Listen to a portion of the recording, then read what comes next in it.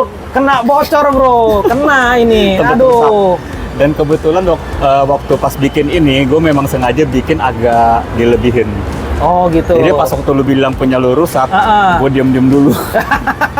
Tapi gue udah siapin dalam hati, gue udah pikir ntar gue bakal kasih satu lagi ke Bro Yohanes. Wih, jadi ini buat lu bro. Oke, thank you very much bro.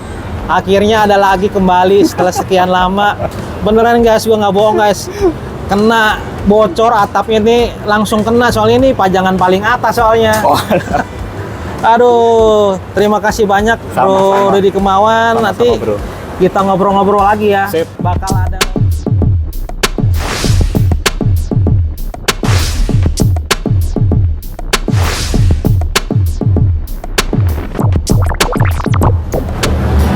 Oke guys, welcome back to my channel Bongki Bingki Production. Waktu konten gua yang minggu lalu, gua ada spill mengenai Bon Jovi, biografi 40 tahun perjalanan karir. Nah, di sebelah kiri gue ini sekarang ada penulisnya guys. Oke, sekarang kita perkenalkan penulisnya. Gimana? Apa kabar Mas Rudy? Baik, kabar baik bro. Wih, ini suatu kesempatan bagi Bongki Bingki Production ya. Jarang-jarang nih kita kedatangan tamu penulis, satu-satunya penulis di Indonesia yang nulis nih buku biografi Bon Jovi 40 tahun. Nah, yang satu nih bro, yang gue mau tanya nih bro, kenapa yang pertama kan lu udah pernah nulis This What kan, Bon Jovi kan? Kenapa harus mesti Bon Jovi lagi? Bisa dijelasin nggak? Jadi gini, kalau Bon Jovi itu kan udah band paling favorit ya.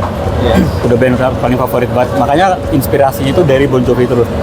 Jadi sebenarnya kenapa harus Bon Jovi lagi? Pertama ya karena band favorit. Yes. Kedua, band legend. Dan bukan cuma sekedar legend, maksudnya yang kayak si John bilang mereka lagi tour ada di mana, mereka masih eksis. Maksudnya masih produktif.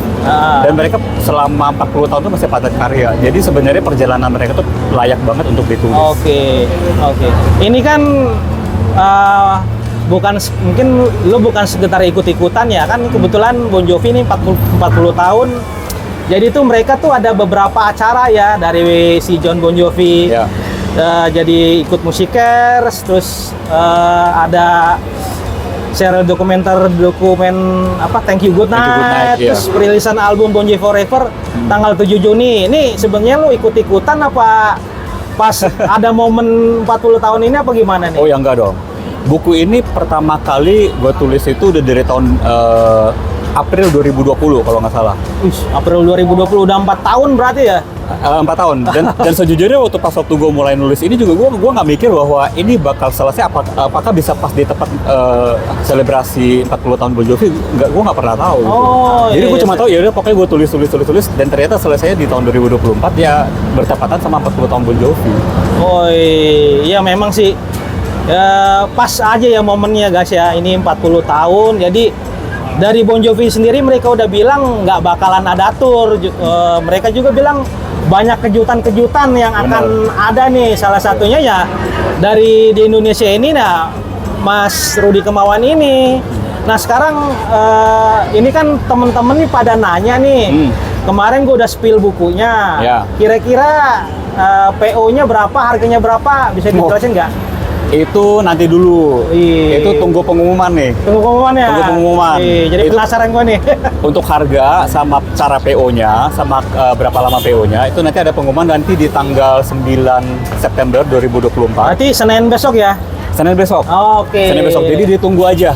Nanti akan diumumin, nanti di semua di medsos, termasuk kayak media sosial di Facebook, dari grup Bon Jovi Fans Club Indonesia, dari akun saya pribadi. Jangan lupa ikutin di Rudy Kemawan. Rudy Kemawan, jangan lupa ya ini ikutin ya, di follow Facebook dan Instagram ya. Instagram. Ada Tunggu Instagram juga. Di situ. Berarti itu media untuk kita taunya di Facebook sama Facebook IG dan ya. IG. Nah ini mengenai Bon Jovi bro. Kan lu nih nulis buku itu kan lama dan nggak gampang ya. Tuh referensi lo nulis buku itu sebenarnya dari mana nih? Terus terang aja, gue sebagai penggemar die hard Bon Jovi juga, banyak gue temuin hal-hal baru tuh yang gue nggak tahu ini. Coba bisa dijelasin nggak? Oke, jadi gini, sebenarnya Bon Jovi yang pertama gue dapet itu kan dari buku biografi, awalnya dari buku biografi yang ditulis sama Laura Jackson. Oke, gue juga ada tuh. Nah, itu yang pertama biografi yang gue dapet. Terus setelah itu kan ada referensi kan sebenarnya banyak. Gue sampai bongkar-bongkar lagi tuh kayak majalah Hai tahun 80-an 90-an. Gue coba cari lagi informasi dari situ. Dan yang pasti dari internet ya. Oke. Dari internet, dari berita-berita, dari wawancara di YouTube. Itu sebenarnya banyak sekali informasi dan enaknya begini nih. Yang membedakan Bon Jovi dari banyak grup, Bon Jovi itu informasinya itu ada di mana-mana. Oh, bisa kita ketemu media online apalagi sekarang ya? Karena Bon Jovi itu media darling. Wih, radar gue lagi. Media darling. Jadi full banget kalau misalnya mau cari informasi tentang Bon Jovi itu sebenarnya banyak karena Bon Jovi emang disayang di mana-mana. Disayang media, dia diundang di media kayak entah di CNN lah, entah di ABC lah, stasiun televisi. Jadi banyak sekali informasi yang bisa kita dapat karena yaitu dia kesayangannya media sebenarnya. Oke, jadi itu salah satu proses kreatifnya ya. Lo ngumpulin bahan, ada juga survei media online, terus ada berita-berita terkini ya. Wawancara, yang penting wawancara ya karena untuk menulis biografi ini kan yang pentingnya itu adalah kebenaran cerita. Betul, kadang-kadang ini Bro Ridi cerita itu kadang-kadang ada hanya sekedar gosip. Bener. Nah, kan lebih bagus itu karena memang Bro Rudy juga punya bukunya, khususnya dari Laura Jackson itu sangat valid banget ya. Valid. Kalau untuk dari Laura Jackson valid, makanya referensi juga dari situ ada. Tapi yang paling banyak itu sebenarnya dari wawancara semua ya, nggak cuman personel Bon Jovi-nya aja, tapi dari orang-orang yang mungkin pernah bekerja sama, mungkin Desmond Child, sama dulu teman bandnya Bon Jovi itu Jack Conte. Oh iya. Atau dulu lagi ada kayak teman sekolahnya atau siapanya itu wawancara itu semuanya saya simak. Makanya dapat informasi dari situ juga banyak. Iya, pantesan itu 4 tahun gas. Aduh, kalau kita bikin bisnis itu udah laku berapa duit itu kalau ini nulis buku loh. Sekarang tuh orang malesnya nulis buku itu karena kalau begitu dijual ya kalau dibilang profitnya itu ya nggak masuk akal itu. Nah ini Bro Rudy nih berani banget. Di samping banyak serbuan media digital yang ada sekarang ya, informasi teman-teman bisa dapat dengan cepat ya. Betul. Tapi memang salah satu cita-cita ya. Yes. Salah satu cita-cita itu maksudnya gini, saya nulis buku itu bukan tujuan utamanya itu bukan untuk komersil dulu. Bukan untuk mencari keuntungan dulu. Yang pasti itu satu kepuasan dulu sebagai fans. Betul. Bahwa gue bisa dapat banyak informasi tentang Bon Jovi secara utuh.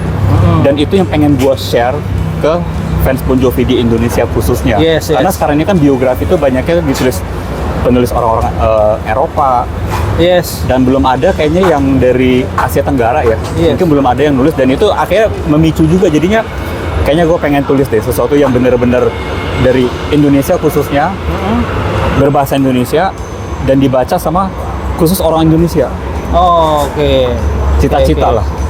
Nah ini gue mau tanya nih bro, kita kan sekarang hidup dalam generasi Gen Z ya, anak-anak muda ya. Ini kalau gue bilang masih related gak? Mereka tuh siapa sih Bon Jovi itu kan mungkin band kesukaan orang tuanya atau kesukaan kakek neneknya. Nah ini gimana nih dalam menghadapi Bon Jovi ini jadi sumber pengetahuan mereka di khususnya generasi Gen Z, gimana mereka bisa related gitu? Kalau sebenarnya gini ya, kalau akhirnya balik lagi ke pertama eksistensi dari Bon Jovi itu kan dia konsisten. Betul. Eksistensinya konsisten. Jadi udah gue cek itu banyak sekali grup-grup musik itu mereka eksistensinya itu kadang-kadang mereka bisa vakum 8 atau 10 tahun atau 12 tahun itu sangat lama. Sedangkan Bon Jovi sendiri mereka eksistensinya itu kadang-kadang paling lama itu 5 tahun, itu pun udah terjadi di tahun 90-an. Dan setelah itu mereka selalu eksis setiap albumnya itu paling jadi jeda kurang lebih 2 tahun atau 3 tahun. Dan kita ingat gak di album This House Is Not For Sale? Itu kan dirilis tahun 2016, sebenarnya masih belum terlalu jauh lah ya. Kita belum bisa bilang terlalu jauh dari tahun 2024. Tapi faktanya album itu masih bisa jadi nomor 1 Iya. di era tahun 2016, 2017 atau bahkan 2018 Rock and Roll Hall of Fame lagi. Iya, 2018 ya, Rock and Roll Hall of Fame. Jadi ini sebenarnya eksistensinya itu sebenarnya menjadi yang nantinya bisa merelate juga ke anak-anak Gen Z supaya mereka juga tahu oh ada loh grup yang sudah senior yang udah lama yang hampir 40 yang udah 40 tahun ini masih eksis, masih tampil, masih punya album bagus. Yes. Bon Jovi. Ya, ini ada satu lagi nih, Bro. Ya. Kalau dari konten-konten gua sebelumnya tuh Ya. banyak yang pro kontra mengenai Richie Sambora. Nah, sekarang gua mau tanya sama lu kan sebagai penulis nih yang Ya. sering lihat juga di media online, gimana sih kontribusi Phil X itu di musik Bon Jovi? Bisa diceritain nggak?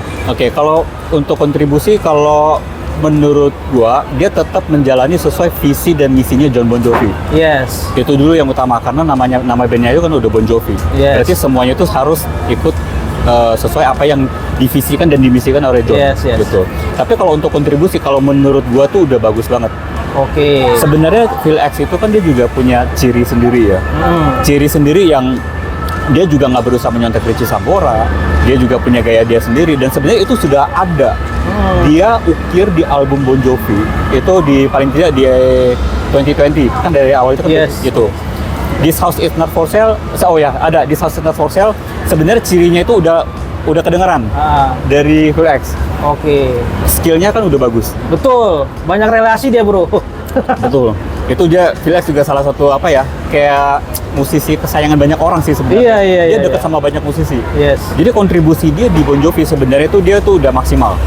Nah, tapi pada akhirnya kan dia tetap mengikuti visi misinya John yang akhirnya ya sebenarnya itu cuma bisa dijawab sama John ya. Karena kan Yes. saya yakin juga kayaknya banyak penggemar yang nanya lagu-lagu Bon Jovi ini sekarang solonya pada kemana nih? Ya, betul itu paling banyak Solo ditanya. gitarnya pada kemana? Ya kan? Tapi kan itu akhirnya kan yang menjadi visi dan misinya John. Yes. Kalau untuk Phil X sendiri, kalau menurut gua pertama dia udah ada ciri dia sendiri Yes. yang mulai dia masukkan ke Bon Jovi. Yes. Yang kedua dia udah maksimal deh. Jadi dia cuman membantu mewujudkan visi dan misinya John aja. Oke. Sebenarnya guys, pengen masih banyak yang gue ngobrolin sama Mas Rudi Kemawan. Cuman waktu beliau ini sangat padat sekali Ya. ya. Mungkin nanti tentang buku ini ditunggu ya tanggal 9 September. Jangan lupa di Facebooknya komunitas Bon Jovi Fans Club Indonesia, BJFCI, di Facebooknya Mas Rudi Kemawan. Dan Instagram. Instagramnya nanti ya kalian bisa lihat di sini ya, kalian bisa follow atau mau tanya-tanya. Nah, aduh sebenarnya pengen banyak diomongin nih. Sama, Mas bro. Rudi Kemawan. Sama. Kayaknya kalau udah ngobrolnya lupa waktu ya. Karena pas kita lagi ketemu Iya. ya. Nah, karena sekarang ini kan susah ketemu nih, Ah, ya kan? Sebelum ditutup nih, gua ada sesuatu. wih, coba nih, jarang-jarang nih ada sesuatu nih. Tunggu ya guys. There will be something special. Nah, Lu inget punya lu rusak? wih, yes. Ini buat lu. Wih. Aduh, berisik banget nih guys. Oke, mungkin teman-teman fans Bon Jovi mungkin masih ada yang inget pajangan ini. Yes. Oh, ini udah lama sekali nih, 2015 ya, Bro? 2015. Waktu konser Bon Jovi di GBK ya. Replikanya nih ya. Yes. Oke. Jadi punya Bro Yohanes ini dulu sempat rusak. Betul, kena bocor, Bro. Kena ini. Sempat Aduh. rusak. Dan kebetulan waktu pas bikin ini, gue memang sengaja bikin agak dilebihin.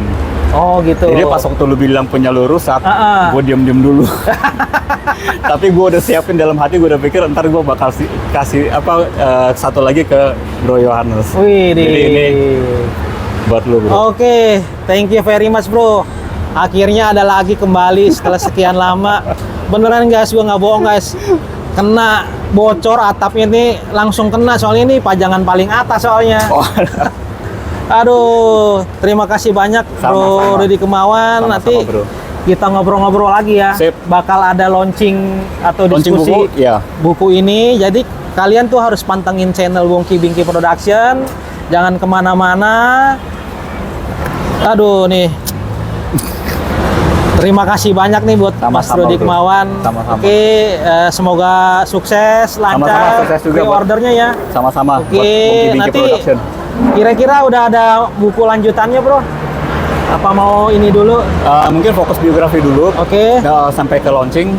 Nanti kalau misalnya ada nanti dikasih tahu. Akan diinfokan kembali Infokan ya. Oke guys, sekian ngobrol-ngobrol santai saya bersama Rudi Kemawan, penulis buku biografi Bon Jovi 40 tahun ya. Oke, sampai di sini dulu perjumpaan kita. Have a nice day. Bye-bye. Bye bye.